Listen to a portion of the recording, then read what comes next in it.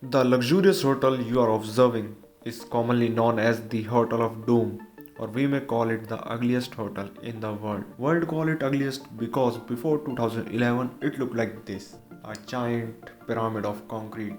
And this giant stayed like this for almost 16 years without any further construction, ruling the skyline of Pyongyang city, the capital of North Korea.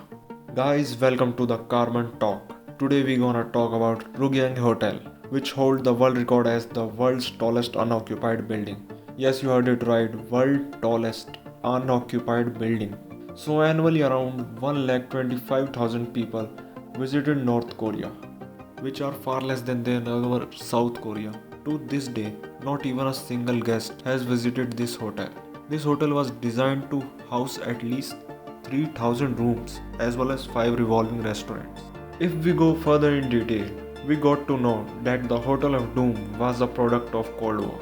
It has a connection with Cold War. In 1986, the South Korean company Sangyong Group built the world's tallest hotel in Singapore, the Stamford Hotel. In response to this, North Korea comes with a plan to construct a larger hotel than the Stamford Hotel and begins the construction of the Ryugyong Hotel in 1987.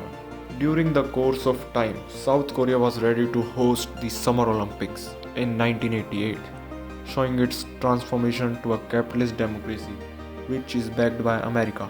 On the other hand, in counter to Olympics, North Korea organized the World Festival of Youth and Student. Basically, it's a socialist version of Olympics, which is backed by USSR. In between all this, North Korea was also daydreaming the plan to build a massive hotel just in time for the event, plus stealing the world record of the tallest building from their nearest and dearest neighbor South Korea and to reflect their presence on global stage. But sadly, the odds were not in favor of North Korea and they hardly managed to reach its planned height in 1992. After that, construction was halted as North Korea entered into a phase of economic crisis and they were not getting any foreign aid, and their sole supporter USSR was also disintegrated in 1991. So the hotel stood windowless and empty for another 16 years without any activity, and the hotel doing great contribution ruining the landscape of Pyongyang city for 16 years, and that's how it got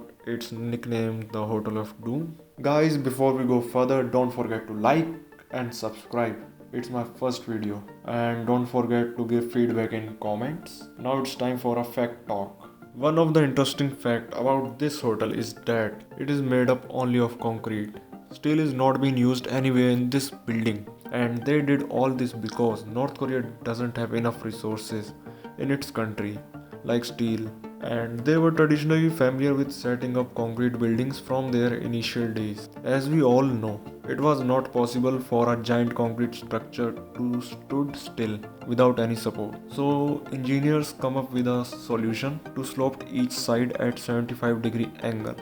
That solution worked well. So after 16 years of stay, in 2008, an Egyptian company entered into a deal of $400 million with North Korean government to build this hotel. After that deal, a statement was released by the North Korean government that the hotel would be completed by 2012, coincidentally with the 100th anniversary of Kim Song. And in July 2011, it's been reported that the interior work was completed. Now only exterior work is left. But in 2010, Kim Jong succeeded his father and became the supreme leader of North Korea. And he started testing his lovely missiles over Japan, South Korea, resulting in sanctions being imposed on North Korea related to import of luxury goods. These sanctions create difficulty for the Egyptian firm to do the interior job of hotel, and they finally exited the deal with North Korean government, and the opening of hotel was again halted. After all this, North Korea was left with a structure which is now beautiful from outside but ugly from inside, and they come up with the idea to use this building to light show their state propaganda to the whole capital. Although it is still the Hotel of Doom, which doesn't cater even a single guest till date.